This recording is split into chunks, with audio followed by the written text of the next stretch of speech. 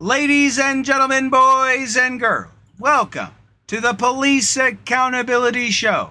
Remember, when you watch the Police Accountability Show, you agree to being offended. And as well as you also understand that nothing that you see on the Police Accountability Show constitutes legal advice. Please seek out a lawyer that is local to you for your local laws. And welcome to Police Accountability. I'm your host, Chad Christophers, and our topic today is get rid of prisons. End prisons, disband prisons, the end of prisons. Do we need prisons? Yes or no? Maybe. I don't think so. I don't think that we necessarily need to lock people up to get them to do what's right. Right? We've called prisons a deterrent for a long time. Torture and prisons, and how many crimes does it seem to deter? Only so many. Right? There's still lots of people committing crimes out there. And why? Because prisons, in my belief, do not help criminals.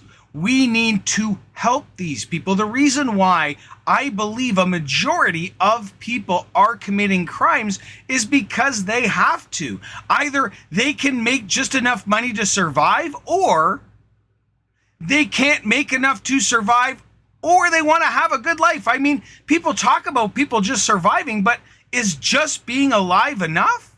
Like, the police talk about that. Their politicians talk about, well, they have enough to survive. Well, is surviving good enough? And no, it's not. Everyone wants to have a good life. And that is part of what propels crime, is people want a good life. And there's a portion of them who don't want to work for it. And then there's a portion of them who do want to work hard, but just don't have the right opportunities in their society. And they end up falling prey to the prison system. Right? And this is a picture I found online. In a world without prisons, there would be money for jobs, education, healthcare, and housing. Absolutely. That's what a lot of these guys need. A lot of these people need, and they need it before they enter a life of crime. And a lot of this would be back in school. That's where I think in high school, kids should be given jobs. Paying jobs. Why? Because that's where organized crime gets them the most, is in high school. A lot of those kids are still lawless, and the mafias would love to use their lawlessness, their gullibility, and the fact that they're young kids not ready to make decisions for their lives in order to recruit them.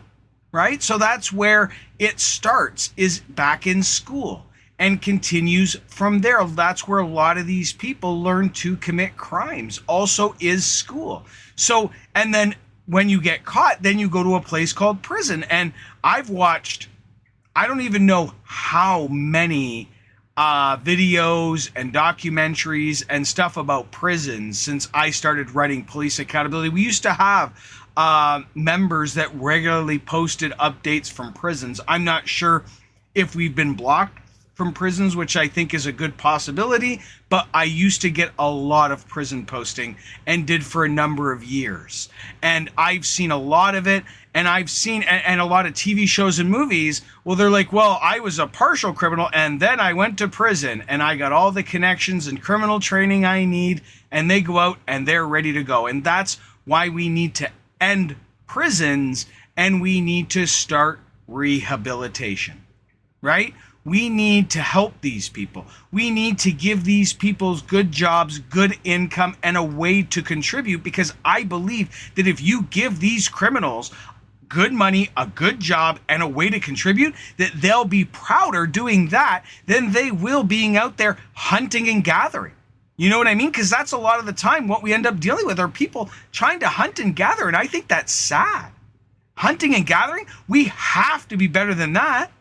Right? What's hunting it? That's like no different than an animal just eating off the side of the road to survive. You're nothing more than a hunter-gatherer. It is, in my opinion, a loser. Right? But at the same time, when you hunt and gather because you need to survive, are you a loser? I don't think so. Right? We've all had to hunt and gather to survive at times. Why? Because it's survival. You hunt and gather to survive, not to live. And that's the problem. We have too many people hunting and gathering to live. And when you hunt and gather, you're taking away stuff from everyone else. And there is nothing in this world that comes from nothing, right? Anything that's not, the basic elements around us cost time, money, or effort by another person. And when you take that item without paying for it, you have done wrong to that other person because you've taken their hard work for yourself and you've hunted and gathered it for free. And that's just sad, right? And that's where it comes back to a world without prisons, right? Because then we could use that money not just to keep people locked up, and we shouldn't have criminals in some big building together, trapped together. I get it. It's easier to keep all the animals, as the way the police like to treat people, in one place. But is it really beneficial for us? Because a lot of these people are in and out criminals, right? We need a better system of rehabilitations because it's not about punishing people. We need to help people, and prison is about punishing, not about helping. What do you think? Do you think prison is about helping people, punishing people? I mean, they have jobs in prison, they have rehabilitation in prison, they have education in prison, but do we need prison to give all these people things? Do these people really need to be as locked up as this? Some do. You got me. There are some violent offenders, wild people out there that just will not stop attacking and murdering people. And then, yes, I do believe that we need prisons for those people. But the problem is we're taking prisons that we need for those people and we're including a whole bunch of other people that we don't need it for. White collar criminals that, we're spending, and I've seen figures of anywhere from $900,000 to $1 million a year per prisoner. So it's like we're literally spending $1 million a year on one person, right? We could take that $1 million and we can educate them, give them a lifetime of food, and it would be cheaper than just 1 year in jail. It's not economically viable to our society to have hunter-gatherers, then us pay $1 million to room and board them in a way that they don't like, right? So should they disband prisons? Absolutely. It's not that they need to completely disband them. They just need to mostly disband them. They need to find other avenues to help rehabilitate your average prisoner. And it's unfortunate that I think they would have to keep some level of prison because unfortunately, there's going to be some level of psycho out there that's just not going to stop, right? That want to be criminals, that want to kill people. And that's what I think prisons should be for, right?